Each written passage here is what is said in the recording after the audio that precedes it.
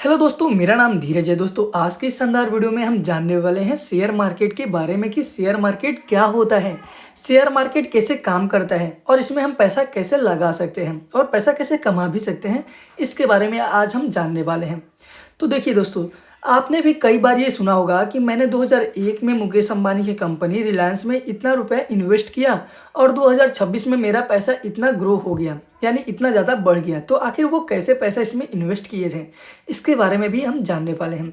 तो बेसिकली ये वीडियो एक बिगनर के लिए है जिसे शेयर मार्केट के बारे में कुछ भी नहीं पता है, जीरो नॉलेज है, उसका ये पहला वीडियो होगा।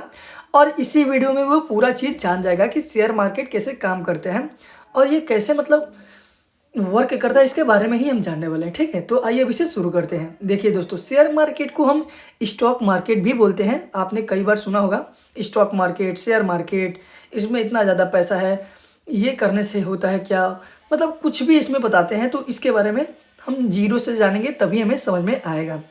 देखिए, शेयर होता है दोस्तों हिस्सेदारी, मार्केट होता है बाजार। शेयर होता है हिस्सेदारी, मार्केट होता है बाजार, यानी मार्केट का हिस्सेदारी।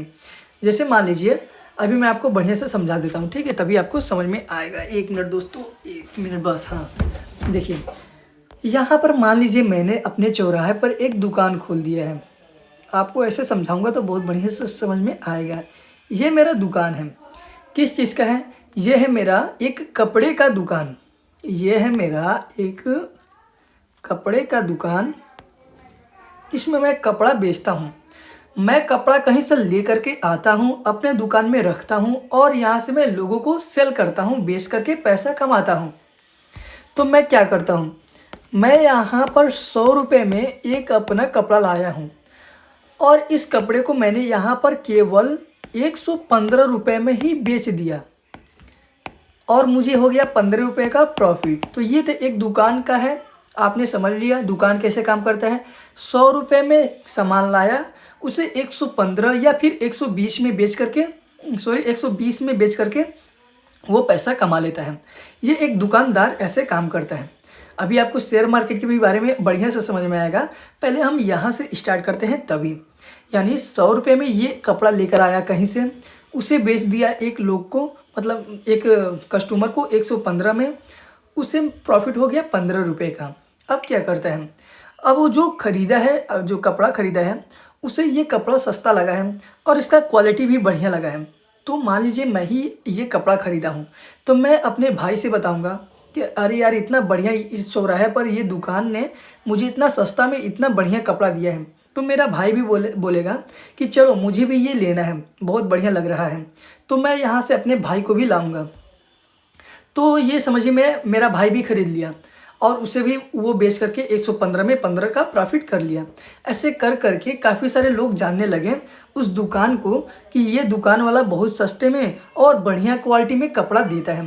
तो यहाँ पर काफ़ी सारे लोग आते हैं कपड़ा ख़रीदने के लिए और उसका कपड़ा ख़रीदते हैं, जिससे उसे प्रॉफिट होता है।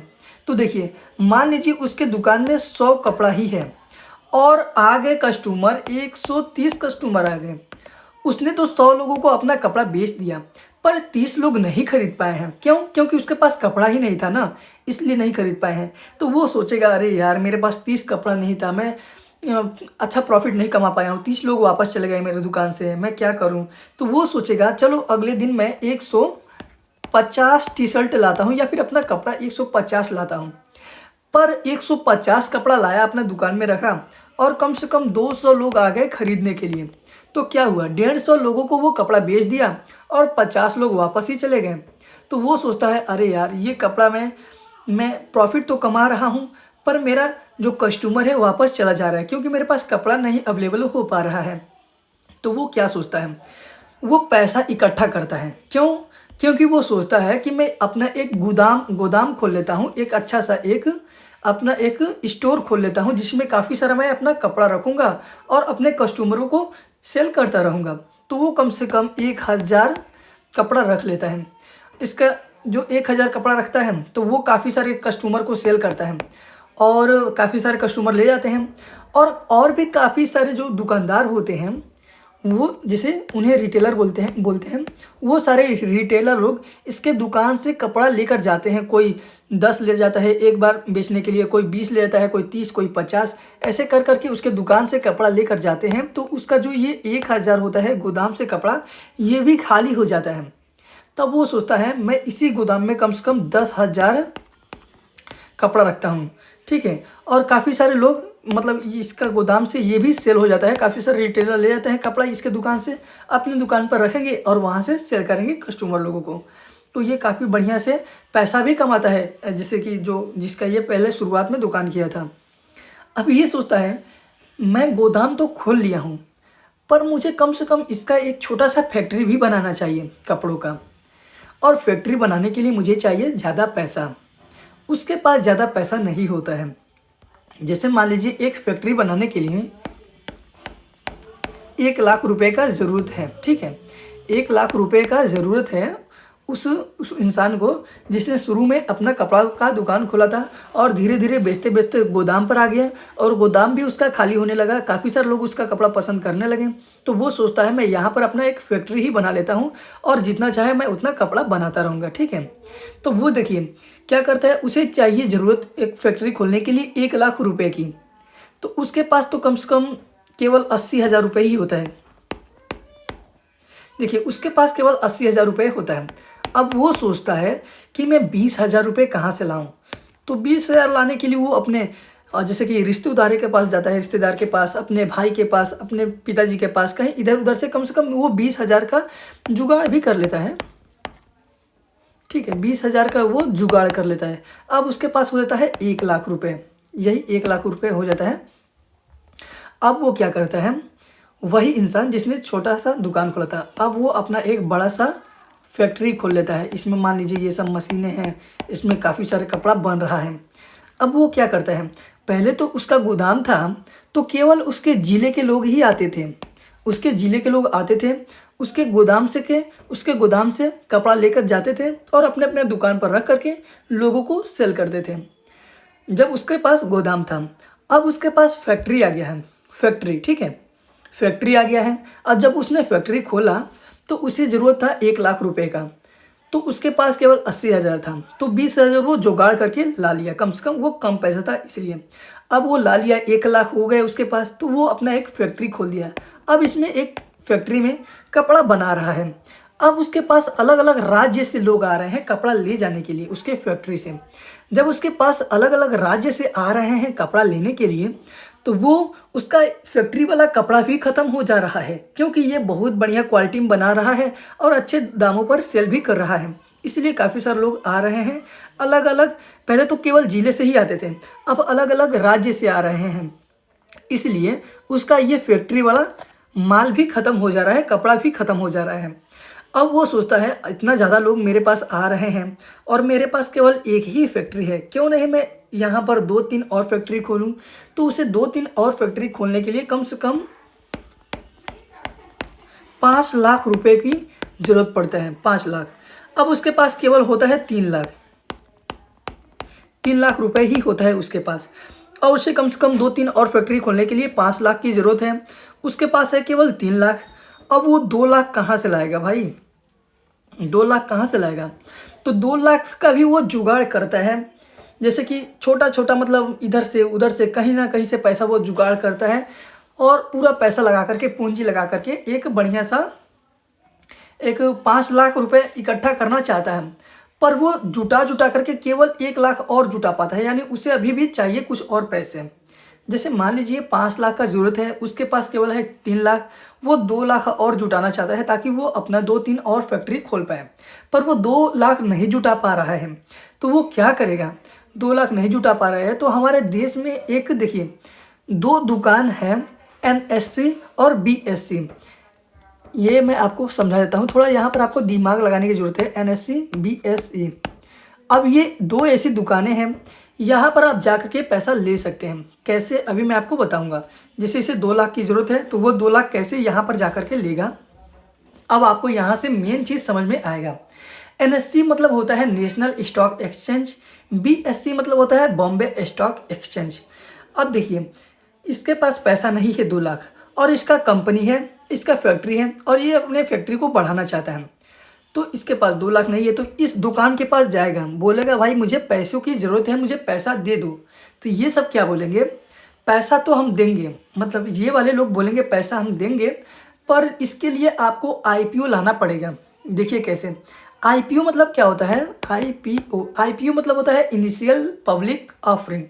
इसमें एक शर्त होता है, क्या होता है इसमें, ये शर्त होता है 2 लाख रुपए ये खुद नहीं देंगे, ये लोग जैसे मान लीजिए मैं आपका जो ये कंपनी का नाम है, जैसे आपका फैक्ट्री है, इसे आप लिस्ट कराने जाएंगे तो आप इसे कोई नाम देंगे। तो जैसे मान लीजिए इसका मैं नाम देता हूँ, इसका नाम दे देता हूँ मैं, जैसे कि चलिए गुड्स ही दे देता हूँ। आपका कंपनी का नाम है गुड्स, ठीक है। अब ये लोग देखेंगे कि गुड्स कंपनी बहुत बढ़िया टी शर्ट बना रहा है, कपड़ा बना रहा है और अच्छे दामों पर बेच रहा है, काफ़ी सारे लोग इसे खरीद भी रहे हैं अलग अलग राज्य से। तो ये मेरा कंपनी है गुड्स, मुझे चाहिए 2 लाख। मैंने आया एनएससी बीएससी के पास, ये बोल रहा है आपको 2 लाख मिलेगा, आप इससे अपना फैक्ट्री और बना सकते हैं, पर इसके लिए एक शर्त है। क्या है शर्त, इसके लिए आपको लाना पड़ेगा आईपीओ। आईपीओ मतलब होता है इनिशियल पब्लिक ऑफरिंग। इसमें क्या होता है, इसमें ये होता है जैसे मेरा कंपनी था तो काफ़ी सारे लोग मेरे कंपनी को नोटिस कर रहे होंगे, जो भी इन्वेस्टर होंगे और जो भी ट्रेडर होंगे वो मेरे कंपनी को देख रहे होंगे कि अरे यार गुड्स तो इतना बढ़िया मतलब काम कर रहा है, अगर ये कंपनी लिस्टेड हो जाए शेयर मार्केट में तो मैं इसमें पैसा लगाऊं। तो मुझे पैसों की ज़रूरत है तो मैं क्या करता हूँ, इसे लिस्ट कराने के बारे में सोचता हूँ और मैं लिस्ट कराऊँगा तो मैं आईपीओ लाऊँगा जिसमें काफ़ी सारे बाहरी लोग मेरे कंपनी में पैसा लगाएंगे। तो उसके बदले में मैं अपना कंपनी का शेयर दूंगा, यानी हिस्सेदारी दूंगा। अब यहाँ पर समझिए, शेयर मतलब यहाँ पर हिस्सेदारी। जैसे मान लीजिए मैंने आईपीओ निकाला और मुझे 2 लाख मिल गया और 2 लाख अलग अलग लोग, कम से कम 10,000 लोग ने मिल करके 2 लाख रुपए का इकट्ठा किया, मेरे कंपनी में इन्वेस्ट किया। और मेरे कंपनी में इन्वेस्ट किया इस शर्त पे कि अगर ये कंपनी ऊपर जाएगा तो मुझे भी प्रॉफिट होगा, अगर ये कंपनी नीचे आएगा तो मुझे भी नुकसान होगा। इस शर्त पे उन्होंने मेरे कंपनी में रिसर्च किया, शुरू से जाना उसके बारे में मेरे कंपनी के बारे में, फिर उसने मतलब इन्वेस्ट किया मेरे कंपनी में। अब ये मेरे कंपनी में इन्वेस्ट किए हैं, मुझे मिल गया 2 लाख रुपए 10,000 लोगों से। अब मैं क्या करूँगा, कई सारे फैक्ट्री बना लूँगा और मैं अपना काम आगे बढ़ाऊँगा। मैंने पहले राज्य में बेचा करता था कपड़ा, अब मेरे पास कई सारे फैक्ट्री हो गए हैं तो मैं अलग अलग कंट्री में भी सेल करूँगा और मैं अपने कंपनी को और बड़ा बनाऊँगा। और जब मेरा कंपनी और बड़ा होता जाएगा और मुझे प्रॉफिट होगा तो जो 10,000 लोग मेरे कंपनी में इन्वेस्ट किए थे उन्हें भी प्रॉफिट होगा। तो देखिए वो मेरे शेयर लिए थे इसलिए उन्हें भी प्रॉफिट होगा, और जो मेरा शेयर नहीं लिया था तो उन्हें प्रॉफिट नहीं होगा। क्यों नहीं होगा, क्योंकि वो मेरे कंपनी के बारे में जाने ही नहीं, वो मेरे कंपनी कैसा सेल कर रहा है उसके बारे में कुछ नहीं जाने, और वो ट्रेडिंग के बारे में, इन्वेस्टिंग के बारे में नहीं जान रहे थे, इसलिए उन्होंने कंपनी में पैसा नहीं लगा पाया। अब जैसे 10,000 लोग जैसे कि मेरे कंपनी में इन्वेस्ट किए थे और उस समय मेरा कंपनी का वैल्यूएशन था जैसे कि 5 लाख, मान लीजिए 10 लाख रुपए का मेरा कंपनी का वैल्यूएशन था और 10,000 लोगों ने मेरे कंपनी में जैसे कि इन्वेस्ट किया था। अब मेरा कंपनी का वैल्यूएशन हो गया है 1 करोड़। 1 करोड़ हो गया है, इकाई दशमलव सैकड़ा हजार 10 1 मिनट, 1 करोड़ मेरा कंपनी का वैल्यूएशन हो गया है। अब यहाँ पर जो 10,000 लोगों ने इन्वेस्ट किया था, किसी ने 100 रुपये इन्वेस्ट किए थे और उसका हो गया है 100 का 1,000 रुपये कुछ दिनों में बढ़ करके। ऐसे ऐसे मतलब जो भी लोग मेरे शेयर मतलब मेरे कंपनी में शेयर लिए थे उनका पैसा ग्रो हो गया। आई होप कि आपको इतना कम से कम समझ में आया होगा कि शेयर मतलब होता क्या है। जैसे मान लीजिए रिलायंस कंपनी ही जब खुला होगा और जब उसने आईपीओ लाया होगा तो उसका कंपनी का वैल्यूएशन होगा 1 लाख, ठीक है। अब मैंने उसमें पैसा लगाया 1 लाख रुपए के हिसाब से, उसके वैल्यूएशन के हिसाब से 10,000। अब वो कंपनी और आगे बढ़ता गया और मेरा 10,000 रुपये भी आगे बढ़ता चला गया। तो ऐसे काम करते हैं शेयर मार्केट। जो भी आपने कंपनी देखा होगा, जो भी आप रिलायंस देखते होंगे, कुछ भी आप जिसे कंपनी देखते होंगे, वो शुरू में एक छोटा सा दुकान ही होता है। उसके बाद से जो उसका मालिक होता है उसके अंदर पैशन होता है कि जैसे कि आगे बढ़ने के लिए उसका शौक़ होता है, हाँ, कि मैं अपने दुकान को और आगे बढ़ाते जाऊँ। ऐसे कर करके वो आगे बढ़ाता है और धीरे धीरे अपने दुकान को बड़ा करता है। तो काफ़ी सारे लोग उसमें पैसा लगाते हैं और वही पैसा जब लगाते हैं और उसका कंपनी आगे बढ़ता है, उसके जो कंपनी आगे बढ़ता है, जब पैसा मिलता है तो उन्हें भी प्रॉफिट होता है, यानी उसके शेयर में हिस्सेदारी मिलता है। आई होप कि आपको इतना समझ में आया होगा। तो देखिए दोस्तों, इसके बाद भी हम और बढ़िया से जानने वाले हैं शेयर मार्केट में हम कैसे पैसा इन्वेस्ट कर सकते हैं। ठीक है, इसके लिए आपके पास होना चाहिए डीमैट अकाउंट, इसके बारे में भी हम जानने वाले हैं। पहले ये हमारा एक लॉजिकल वीडियो था, अभी ये कि शेयर मार्केट कैसे काम करता है, एक छोटा सा दुकान से कैसे एक इंसान बड़ा कंपनी करता है और कंपनी में लोग पैसा इन्वेस्ट करके कैसे पैसा कमाते हैं, इसके बारे में आज हमने जाना। आई होप कि आपको ये समझ में आया होगा। तो चलिए मिलते हैं नेक्स्ट वीडियो में और भी बढ़िया से डिटेल्स में हम जानेंगे। देखिए, और जितना बढ़िया से हम जानते रहेंगे उतना अच्छा से हम पैसा इसमें लगाएंगे और कमाएंगे। तो चलिए मिलते हैं नेक्स्ट वीडियो में, तब तक के लिए धन्यवाद।